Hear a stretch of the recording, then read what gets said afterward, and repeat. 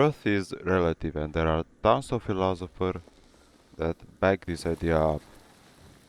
One of the most famous philosophers, like Nietzsche, backed this idea up, but I want to start with saying a little example before going into the philosophy thing. A fairly common example in our daily lives is the gym and bodybuilding.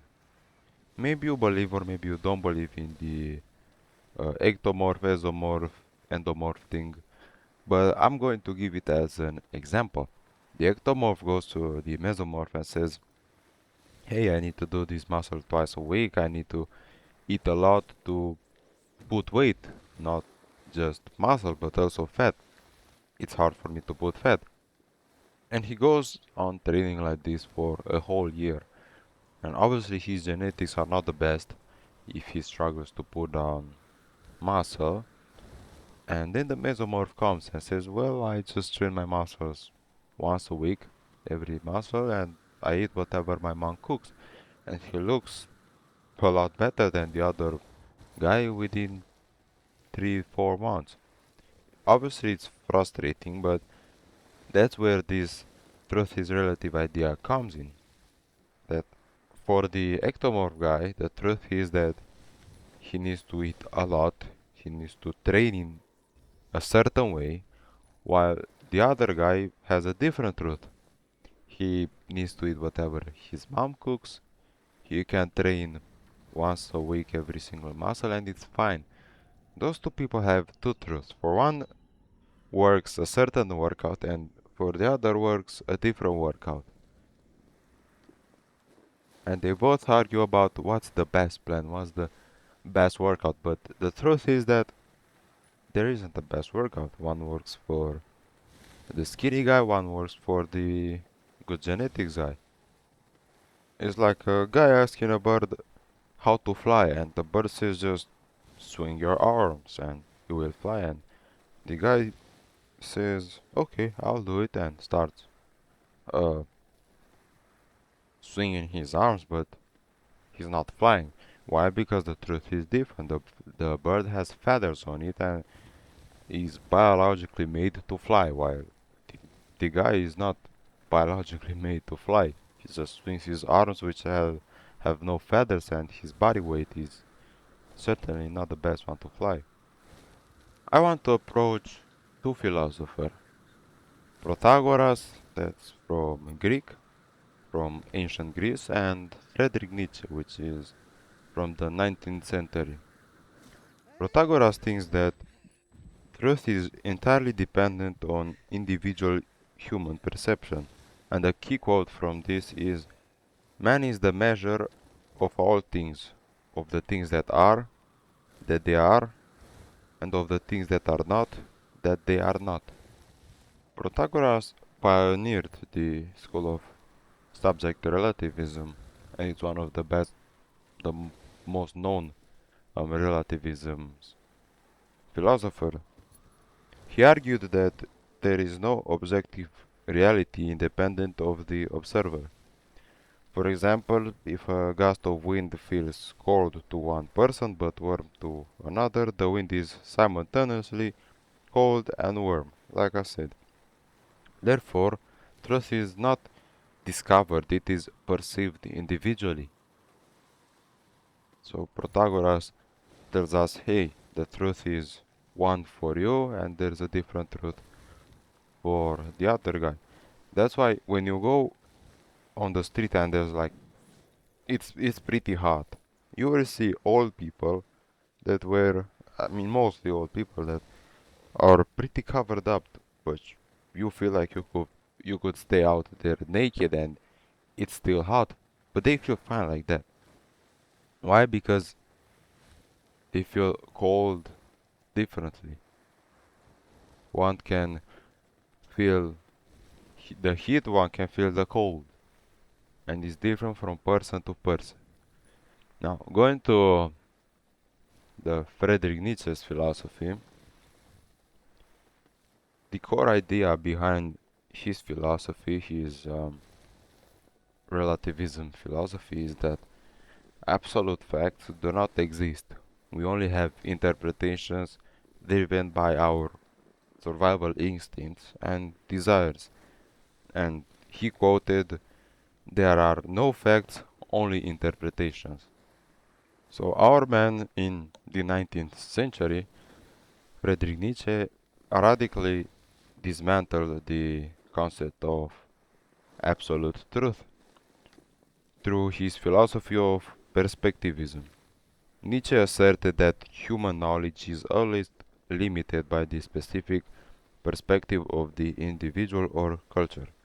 Truth, according to Nietzsche, is merely a social convenient illusion, a set of metaphors that a society has agreed to treat as binding in order to maintain order and survival. And I love this idea that truth is just perspective. Is like I said, from my perspective, training in a certain way is the best way to build muscles, but from another guy's perspective, that the truth that I call it truth is actually bad advice. So the next time you argue with something about what do you believe is right and the other says no, that's right, um, you can think about why is it different? Why are your opinions different? Maybe it's the background, maybe it's the way they are as a person, but a lot of the times it's just the background. If you want to study it further, you could buy a book from Friedrich Nietzsche, and this is relativism. That's how the philosophy is called, and while relativism provides a democratic validation of diverse human experiences, it inherently faces a profound logical paradox. If the statement all truth is relative is absolute, it contradicts itself. If it is relative, it loses its binding authority. Nevertheless, the legacy of thinkers like Protagoras, Nietzsche, and a few more, because there are a lot of philosophers that uh, talked about this subject, remains invaluable. By exposing the truth as a construct, they do not merely promote skepticism, but rather invite humanity to question authority, embrace diverse perspectives, and remain forever critical of dogmatic certainty. There are other examples that are actually extremely individual and or dogmatic certainty that are present in the everyday society within religion, but religion is most of the time an absolute truth. So what, let's take Christianity for example. What it says in the Bible is the absolute truth. There's no relative truth to that. But a lot of the time, even the Bible is a big relativist, because in the Bible we have the story of Abraham and Abimelech, where Abraham goes in the um, kingdom where Abimelech was the king. And Abraham told his sister that, not his wife, to pretend that he's his sister, so that he's not going to get killed. Abimelech, who was the king when he saw that, he wanted to marry her, the wife of Abraham. But in the night, God showed uh, himself to Abimelech. Now, keep in mind that Abimelech was not a Christian. He did not know God, but God came in front of him and said to not take uh, that woman as his wife because it's Abraham's wife and he would sin extremely bad. So, but God also mentions that he was clear, he was clean of sins.